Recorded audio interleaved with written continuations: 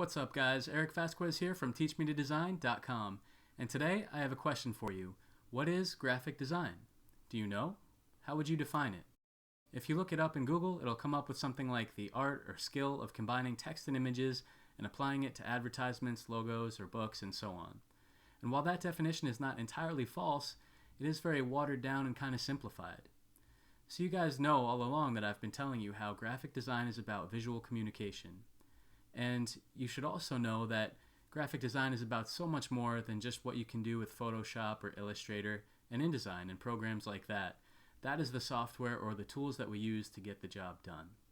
Now at its core, you could say that yes, with graphic design, you do have to use things like text and imagery, but it's more about solving a problem. And usually that problem comes from a brief or something that a client may be facing, something that they're trying to solve. And so that's why they're coming to you, because they want your expertise, they want your advice, they want your input for what is the best way to solve that using things like text and imagery. But even more important is the design theory.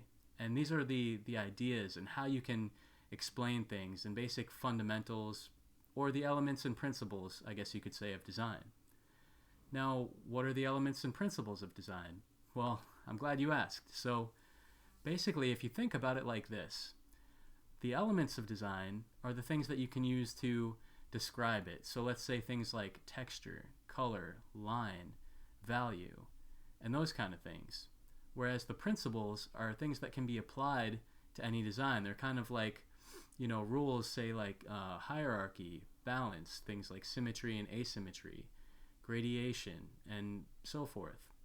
So this is a really important thing to understand, because whether you're someone who's, just coming out of college or looking to transition into the field of design, you have to know this stuff. It's not something that you can just really skim over. So let me ask you this. If you were an architect, right, and you're going to build somebody's house, are you going to build their house without a blueprint, without some kind of a plan? I sure as hell hope not, because I wouldn't want you to build my house without some kind of plan. Not that I have the money for you to build me a house in the first place, but you get what I'm saying. Or if you were a doctor, are you going to go in and operate on someone without knowing what's wrong? Well, I don't want to be that patient either. So over the next couple of weeks, I want to talk to you guys a little bit more about this. And I'm going to deliver you guys with about 10 to 15 different lessons on all of the elements and all of the principles of graphic design. I'll be showing you examples of these, how to use them, and how they can be applied to your work right away. So if I were to ask you to describe a piece of artwork, without using certain terms like color, like contrast, like texture, scale, and balance, and rhythm, and those kind of things, it'd be pretty hard to do. So these things are very important, not only for applying it to your own work, but also when talking, critiquing, or just discussing art in general. These are the foundation and the blueprint that you guys are going to need to get your graphic design career up and running. So I hope that you guys have enjoyed this. This is just kind of an introduction to design theory, so I hope that you guys will stick with me and check out these videos as I roll them out over the next couple of weeks. Thanks for watching, guys, and we'll see you next time.